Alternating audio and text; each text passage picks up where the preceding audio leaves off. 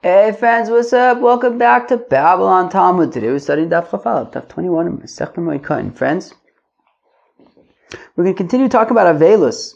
I think it's kind of interesting stuff because, it's kind of practical. We're talking about tearing Kriya, right? Rending your garments as a mourner. We're going to talk about wearing tefillin, greeting people who are mourners, all the things that a mourner is or is not allowed to do. So all these kinds of interesting sugyas over here. Friends, we're going to start in Daf Chof Moed Beis, 3 lines from the bottom. Ameimar shachiv le bar brei. Ameimar, his grandson, the son of his son, passed away. Kara ilave, so he tore kriya. He rended his garments as a mourner. Also brei, and then when his son came, Kara ba'ape, Ameimar tore his garments another time in front of his son. Idkar dem yushav kara, kom kara ma'umad. And then Ameimar realized, wait, when I just rended my garments for the second time, when my son came, I was sitting. So he stood up and rended his garments yet a third time, this time standing. Armalei Ravashi la Ameimar kriya de ma'umad minolan. So now, Rav Ashi says to Ameimar, how do we know that you rend your garments standing specifically? So Ameimar says, well, because the pasuk says in Eov, Vayakom Eov vayikra es me'ilo, that Eov got up and he tore his garment, and he tore his what's a me'il? Like cloak, I guess. Elameata ve'omar lo chapatzti lekachto hachonami? Question mark. So one second. It says also by chalitza, right? Of course, you have a fellow. He's married, and he passes away. They don't have children, so his brother now needs to marry the widow, and they don't want to get married for whatever reason. So they do chalitza. They break it up: shoe, spit, floor, stuff. We talked about documents the other day. Whatever it is, it says over there ben Yoshev ben Omid. Now that is done. No, I'm sorry. So it says in that pasuk, ve'omad ve'omar lo chafas lekachta. It says that he's got to stand up and say, I don't want to marry my brother's widow. So hachanami, here also, do you specifically have to stand? Meaning Ameimar. If we're learning out from Vayakom Eov, that Eov stood up and tore his clothing, that's how we know you have to stand up to tear your clothing. So what about when it says that he stands up and he says, I don't want to marry my brother's widow? Does that mean it davka has to be standing? Ve'atanya. But in fact, we learn the opposite in a brisa. Ben Yoshev ben Omid ben Muta. Do it however he wants. Sitting, standing, leaning, whatever he feels like is fine.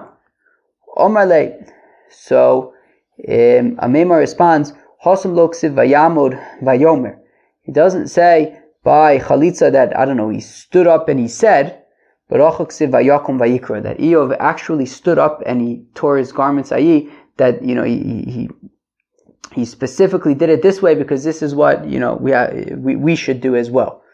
All right, meaning by chalitza it's speaking in the theoretical. Ve'omar, and he'll get up and he'll say, but here by Eov it's actually saying it's reporting what he actually did.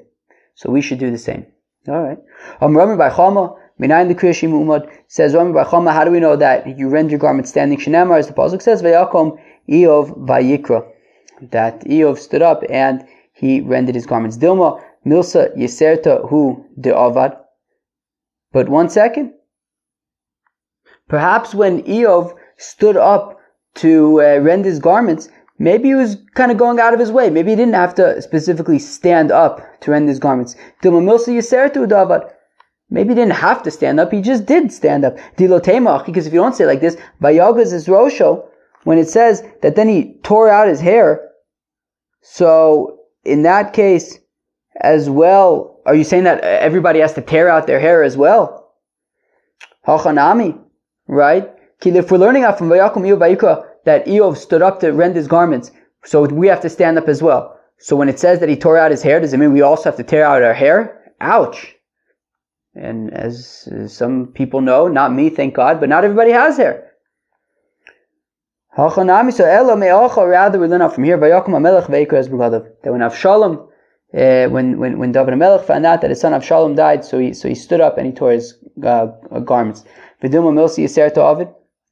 And then we say, one second, But maybe also by David HaMelech, he was also going out of his way, and he also stood up not because he needed to, but because he just did, I guess, for whatever reason. Because if you don't say like this, Vayishkav Arza, Hachanami, because it also says by David HaMelech there, in that same pasuk, and he lied on the ground. Now, does that mean that we also have to lie on the ground? Certainly not. V'atani, we learn in a brisa, Yoshin agabe mita, agabe kise, agabe udyane, lo yotze yidei chovaso. That if a fellow, rather than flipping over his bed, right, we learned that you have to flip over your bed when you're a mourner. But if he didn't do that, rather he figured, I'll do something similar. I'll sleep on a bed without a mattress, or on an upright chair, or on a mortar. Right? So he figures I'll do these things. Lo yotze yidei chovaso. He doesn't fulfill his obligation. Rabbi Yochanan says, Rabbi Yochanan shlo kiyem kfiyas hamita, that he was not makayim the mitzvah of overturning your bed. Meaning that when it comes to overturning the bed, it's very specific. You have to flip over your bed and sleep on that. And therefore, Memele David HaMelech was also over flipping his bed. So what does it mean by Yishkav Arza? What does it mean then that he was sleeping on the floor? He's got to be sleeping on a flipped over bed. Amalek Ein Arza. Rather, it means that it was as if he was sleeping on the floor, meaning he was sleeping on a flipped over bed.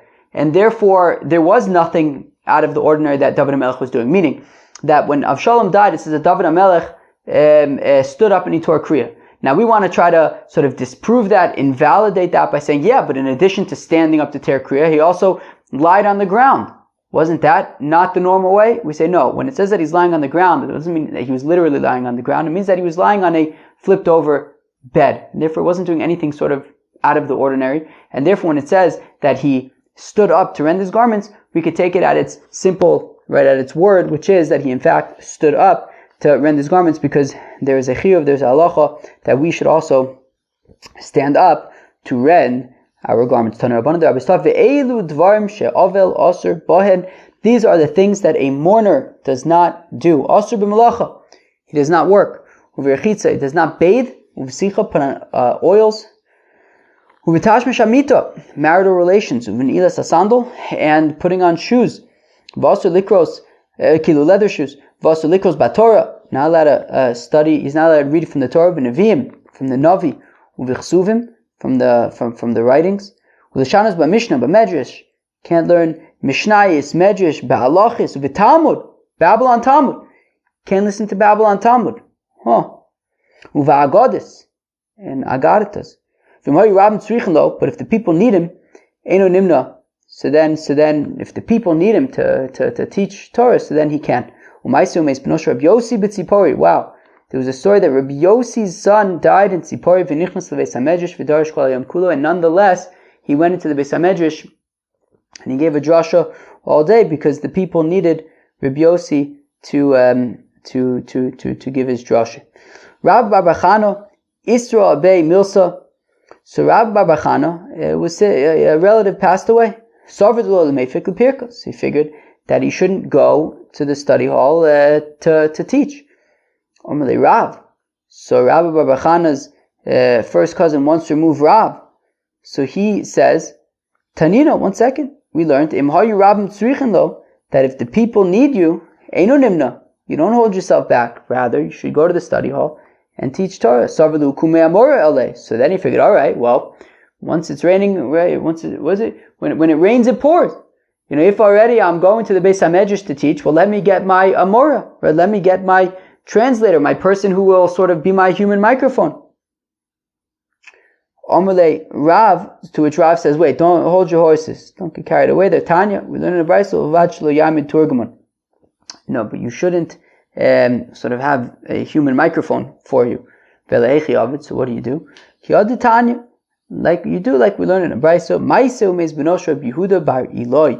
That there was a story that Yehuda bar Eloi, the great Rabbi Yehuda, the Tana Rabbi Yehuda, that his son passed away. V'nichnas lebeis hamedrash, and he went to the Beis Hamedrash, even though he was a mourner. V'nichnas Rab Chananya ben Akavya. Rab Chananya ben Akavya went in with Rabbi Yehuda. V'yoshav b'tzido, and he sat next to Rabbi Yehuda. V'locha shulu Rab Chananya ben Akavya. So, and then Rabbi Yehuda sort of whispered to Rab Chananya ben Akavya, Rab Chananya ben Akavya, the Turgaman Ishmael Rabbim.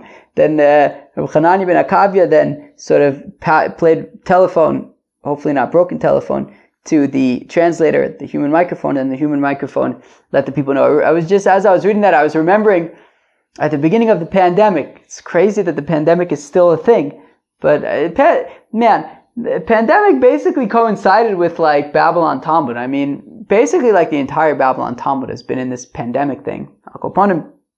I remember in Eretz Yisrael, in Yerushalayim, so Shuk Machne Yehuda was closed. And you weren't allowed to buy things in the stores. You weren't allowed to. You can get in big trouble. But you were allowed to have takeout orders. You can have orders from the store. So what you would do is you'd go to the shuk, and then you would go to like one of the stores to buy something. You couldn't they would have somebody in the store and then somebody outside of the store taking orders. It was totally a hack, right? Meaning you couldn't, like literally, like the store, and you go to like the nut shop. The guy is like standing there like in the nut shop, like ready to serve you, but you can't ask him for nuts. You ask the guy next to him for nuts, and then he writes it down and gives it to the guy, and then he gives you your nuts. Because technically he can't be serving you, but he can be filling orders. So sounds like a hack to me, but it feels a little bit like this way also. Rabbi Yehuda was unable to speak directly to the Turgaman, but he just kind of told Reb Chanani ben Akavia, who then told it to the Turgaman. Anyways, all right, let's go weiter. Tana Rabbanan, the rabbis taught Ovel, a mourner, Gimel Yomim Arishonim, for the first 3 days, also laniach tefillin. He's not allowed to put on tefillin. Vishlishi ve'elach, from day 3 and on, Vishlishi imoyen, Vishlishi b'chlal, including the 3rd day, so kilu from the 3rd day and on, mutar laniach tefillin. He's allowed to put on tefillin. V'imbo panim chadashes. And what if new people came on day 3, and maybe they would think that, well, maybe he was also putting on tefillin on day 1 and 2. Einu choletz, divrei Rabbi Eliezer. Rabbi Eliezer says, don't worry about it, you can leave him on. So Rabbi Eliezer's opinion is that sort of the main Shiva, as we'll see in a minute, that the main mourning is the first 2 days, and therefore for the first 2 days you do not put on your tefillin, right? Okay. And but from day 3 already you could put on your tefillin. It says Rabbi Eliezer, look, even if new people come, they don't, they might think that you're wearing tefillin also, and for days 1 and 2 you don't have to take them off. Rabbi Yeshua Omer says, Rabbi Yeshua, Aval Beis Yom Marishonim also laniach tefillin, Misheni ve'elach v'sheni bichlal, mutar laniach tefillin. Rabbi Yeshua says, look, from day 2 a mourner is already allowed to put on tefillin. But the difference is that on day 2, if there are new people who might think that also he put on tefillin the day before, so then he would take off the tefillin. Fine. Rav Masna, my time with Rabbi Eliezer. Rav Masna says, how come Rabbi Eliezer says that for 2 days an avel, a mourner, does not put on tefillin? The pasuk says, "Vayismu yemei v'chayev Moshe." It says by Moshe Rabbeinu when he passed away that they finished the days, plural, of mourning Moshe. So therefore, that means that sort of the most intense, the most serious part of the mourning is the first 2 days. You do not wear tefillin, therefore, the first 2 days, and then you can put on tefillin. Amar Reb Eina, my time with Rabbi Yoshua, says Reb Eina, what's pshat with Rabbi Yoshua? That it will be like a bitter day, an individual bitter day, i.e. there's one super intense day. After that, you can already put on tefillin. Rabbi Yoshua Nami, Hoksiv Vayitmu Yimei V'Gomer, but Rabbi Yoshua, I understand that you want to say that the main sort of shindig is the first day, but what about the pasuk by Moshe Rabbeinu that says Yimei, which is plural? Amalach will say to you, Shiny Moshe D'Takef Avali, that Moshe is unique, is a exception to the rule because that was particularly serious mourning. But in general, it would be V'Achrusa Kiyomar, an individual 1 day. Rabbi Eliezer Nami, also about Rabbi Eliezer, Hoksiv Achrusa Kiyomar. Rabbi Eliezer, who says that the main thing is 2 days. What about the pasuk that says Kiyom Mar, an individual day? Ikr Mir Chad Yomahu. That even Rabbi Eliezer, who says that sort of the mourning, sort of I guess the most serious stage of mourning is 2 days, but still sort of the main thing within that is still going to be the first day. All right, fine. That sounds very good to me. Amar Ula, says Ula. Halacha Rabbi Eliezer b'chalitza, halacha Rabbi Yoshua b'hanocha. Friends, you hear that? That the halacha is like Rabbi Eliezer with regard to taking off the tefillin, and it's like Rabbi Yoshua with regard to putting on tefillin. Meaning, Rabbi Yoshua says already on day 2 you could put on tefillin. Okay, fine. So already from day 2 we put on tefillin.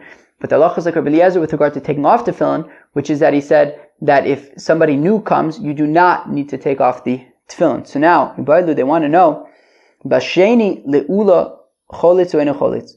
So now, according to this, what about on day 2? Does he take off the tefillin or not? Right? Meaning, we said that the halacha is like Rabbi Yoshua with regard to putting on tefillin on the second day. So we put on tefillin.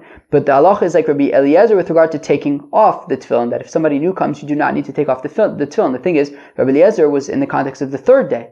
You don't need to take off the tefillin. So what about on the second day, which we said the halacha is like Rabbi Yoshua, that you put on tefillin already on the second day. Tashma, come in here. The Amar Ula says Ula cholitz umaniach afilu mea paimim, that he can if new people come on the second day, so he puts on tefillin, but he takes them off and puts them back on all day long when people are coming. Tani Nami Yochav, we also learn in a brayso like this.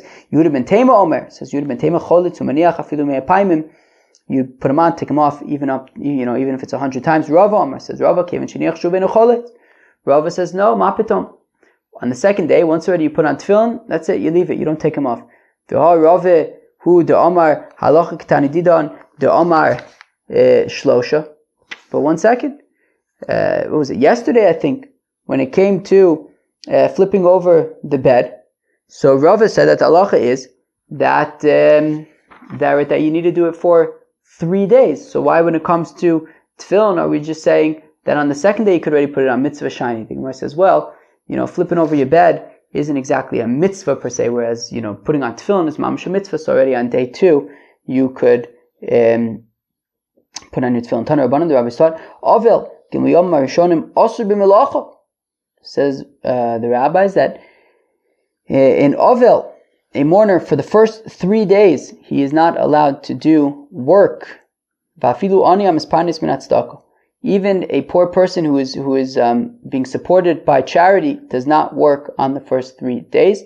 Mikan velech, however, after 3 days, osa b'tzina b'soch beisa, you can work sort of quietly in your house. Va'isha tova b'pelach b'soch beisa, and a woman can spin threads with a spindle in her house. Tanar Rabbanan, the rabbis taught, Avel, a mourner, Gimel Yom Rishonim, for the first 3 days. In a holik lavesa Avel, he doesn't leave his house to go to some other place of mourning. Mikan ve'elach, after 3 days holik, he can leave his house to go to a different place of mourning. And when he goes to that other place of mourning, he would not sit among the consolers, rather he would sit among the other mourners, because he himself is a mourner as well. Tanar Rabbanan, the rabbis taught, Avel, a mourner, can we Yom Rishonim, for the first 3 days, also b'sheila shalom. Friends, you hear this? That a mourner for the first 3 days is not allowed to ask how people are doing. He doesn't respond if people ask him. He just kind of avoids the topic. Mishlosh v'ad Shiva, from day 3, or after 3 days, until the end of Shiva, Meishiv, so he could respond. Ve'enu shoel, but he doesn't initiate. Mikan va'elach shoel u'meishiv kedarko, after Shiva, he can just ask and reply normally. Shlosh yom harishonim asu b'sheila shalom. In fact, the Gemara, 1 second. We just said that for the first 3 days, he is forbidden to ask how people are doing, to respond to how he's doing. V'atana, but we learn in a brayso. Maisu meisu bonov Rabbi Akiva. There's a story that the children, although I think Rashi understands it to be a son, individual of Rabbi Akiva, passed away. Nichnesu kol Yisrael, and all of the Yidden came. V'espidum hesped gadol, and eulogized a big eulogy b'shas p'tirasim, when everybody went to leave. Amar Rabbi Akiva. Rabbi Akiva stood up al safsel, on a bench, gadol, on a big bench. V'amar, and he said, Achenu beis Yisrael. My holy brothers and sisters, Shimu, listen up. Afilu shnei banim chasanim menucham hu b'shvil kavut shasisim. It says Rabbi Akiva, even if I had 2, young married sons who passed away, I would be consoled out of the honor that you have provided. V'im b'shvil Akiva basem, harikama Akiva b'shuk. Now I know that you didn't just come because of me, Akiva. There's a lot of Akivas in the market. Elakach amartem, this is what you said. By coming here and showing such respect, you were saying Torah Elokav belibo. You were saying that the Torah of his God is in his heart.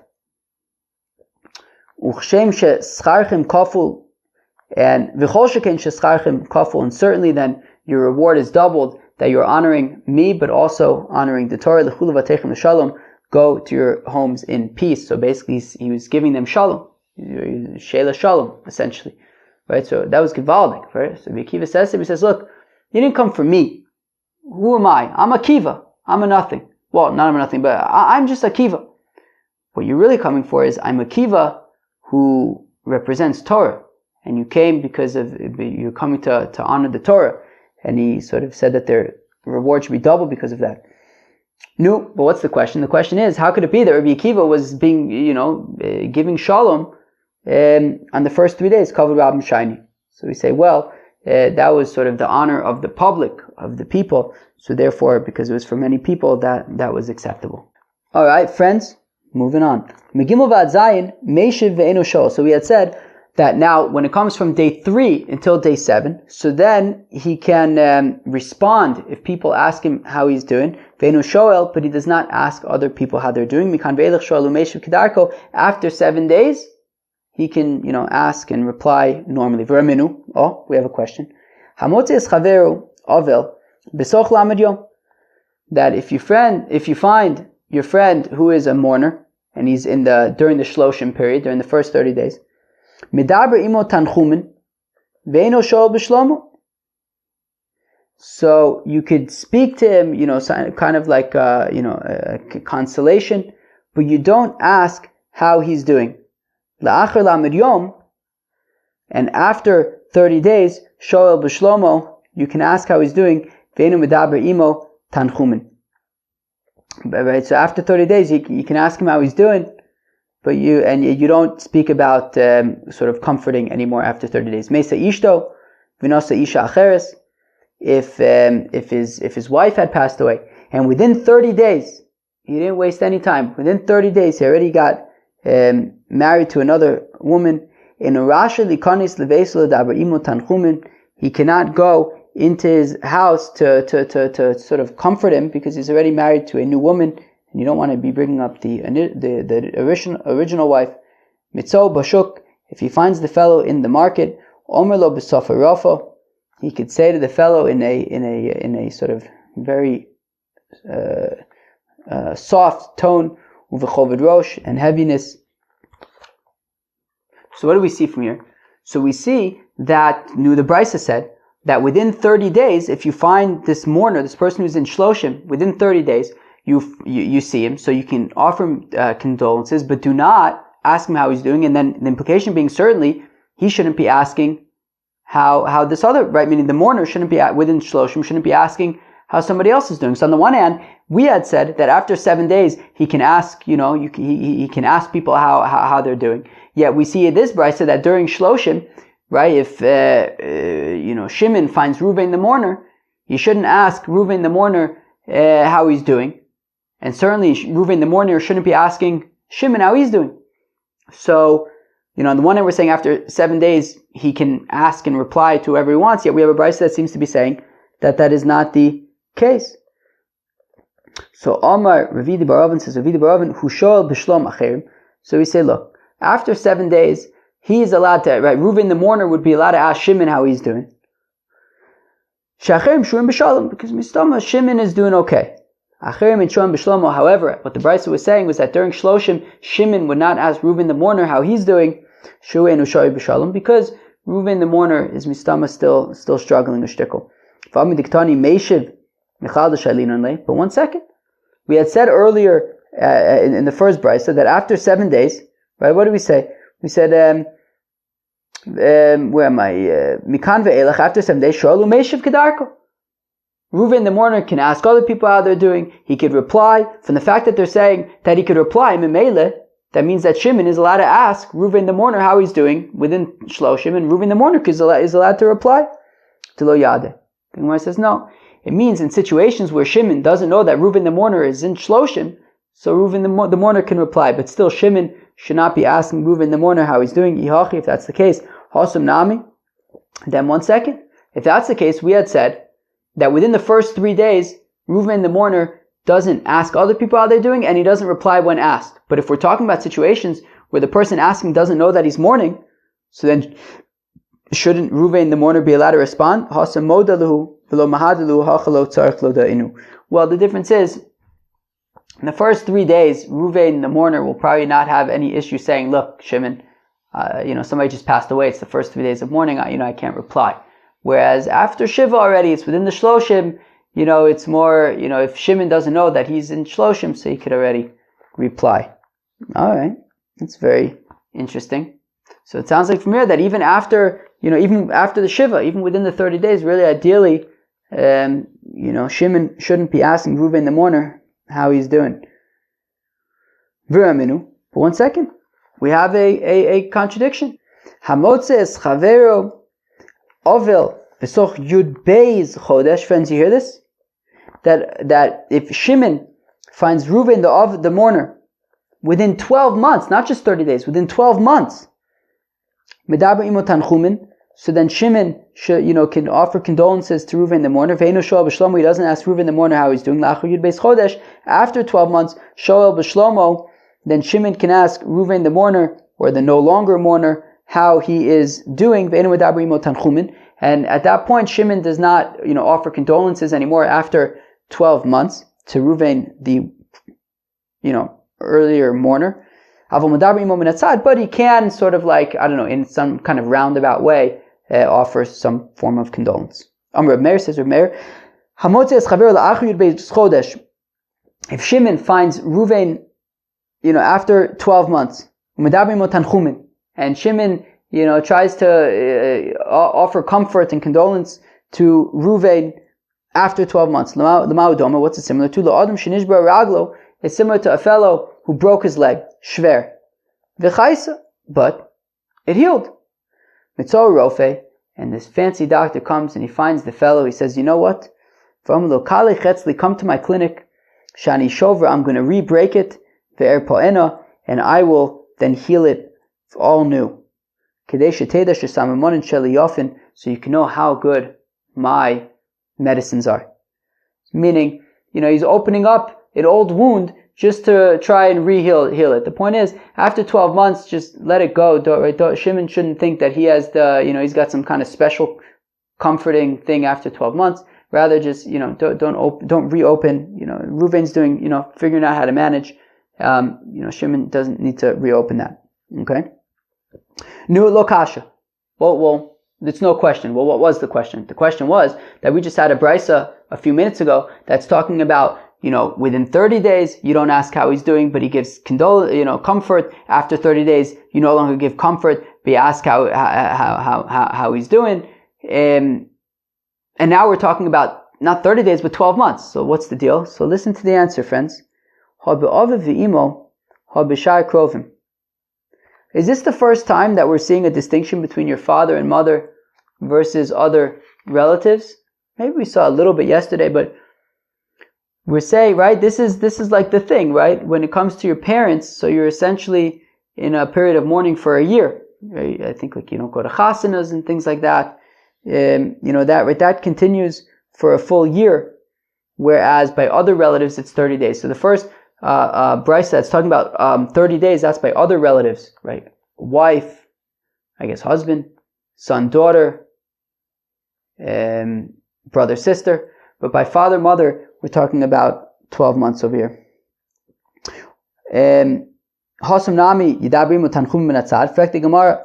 We had said that after 12 months, so then Shimon can sort of allude to kind of comforting kind of words, like in a roundabout way. Why don't we say the same thing also within the 30 days, that by other relatives, after 30 days, Shimon would be able to kind of allude comforting kind of things? The Gemara says, yeah, sure. That, okay, when it says that, in the 30-day context, that Shimon, after 30 days, shouldn't be offering comfort to Reuven, the mourner.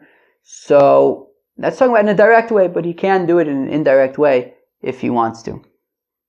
Taner Rabbanan, the rabbis taught, Ovel, a mourner, Gimu Yom Marishonim, for the first 3 days, Bami Makum Karov, Mona Imoin. So this is an interesting case. I think it's probably close to non-existent nowadays with our sort of speedy means of communication. But I guess there was a point, when people lived far away from other people. You move to a different country, you don't see your relatives anymore. So I guess, as we're going to see, we saw yesterday, for example, right? We saw yesterday that when Rav came from Bavel back to Eretz Yisrael, so that was when Reb Chia was able to find out if his brother and sister were alive. You don't know these things otherwise. So therefore, imagine a guy comes home and his family is sitting Shiva. A relative passed away. Tana Rabbanan, Avel, a mourner, Gimul Yom Rishonim, for the first 3 days, Bami Makum Karov, if somebody came from somewhere close, that theoretically they could have already arrived, close enough that if need be they could have arrived at the beginning of Shiva, they just didn't know that it was happening. And he arrives within 3 days, Mona Imoyen, so he can count Shiva with them. So if he arrives on day 3, so it's already 3 days into Shiva, and he learns that a relative passed away and the whole family is sitting Shiva, so he sits Shiva for the remaining 4 days, and that's it. He doesn't need 7 days. He sits with them for the remaining days. But if he comes within the first 3 days, but from somewhere that he wouldn't have been able to get there since the beginning, so Moni La'atzmo, then he's got to count his own 7-day period. Mikan ve'elach, after 3 days, after 3 days, even if you came from a place close by, you would still count 7 days.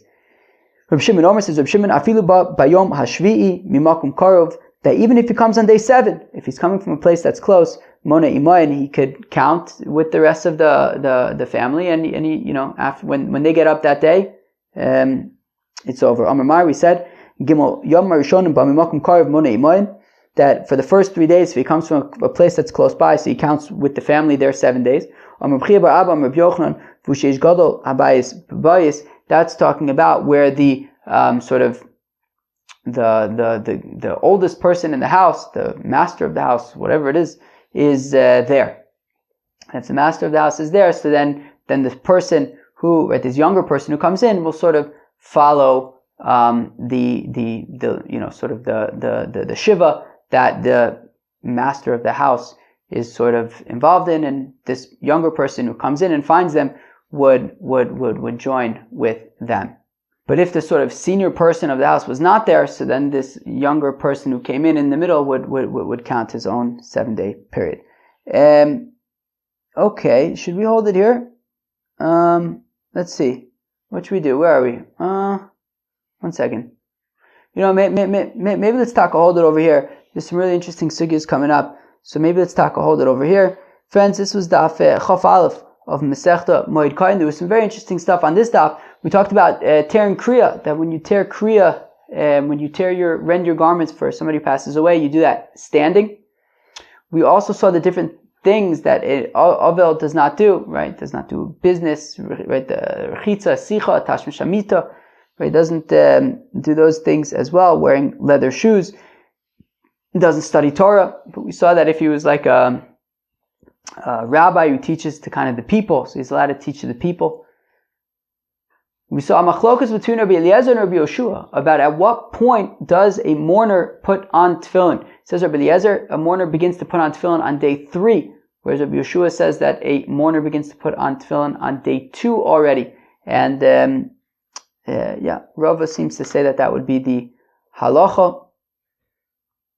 We said that for the first 3 days of mourning, a person does not do work, even a poor person who is sort of being supported by public funds. He would not do any work on the first 3 days. After that, he can sort of quietly do work if he wants to or needs to. We said that a mourner for the first 3 days, he does not ask other people how they're doing, and if people ask him how he's doing, he doesn't sort of answer them directly.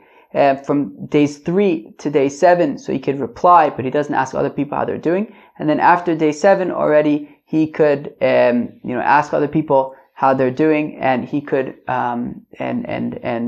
he could reply to other people as well. But we did see that even though he could reply to other people really should not be asking him during Shloshim how he's doing, because he's probably still struggling. And therefore, but if he does ask them, so then, if the mourner is asked, then he does respond. And we say that that's specifically by other relatives relatives that are not your father and mother, but by your father and mother, that would extend to 12 months. That for the first 12 months, really, you should, rather than sort of ask the mourner how he's doing, you should kind of be consoling the person. Kind of these halachas extend for that 12-month period. Well, that was Daf Chaf Aleph, Masechta Moed Katan. I hope you enjoyed it, and catch you tomorrow. Peace out.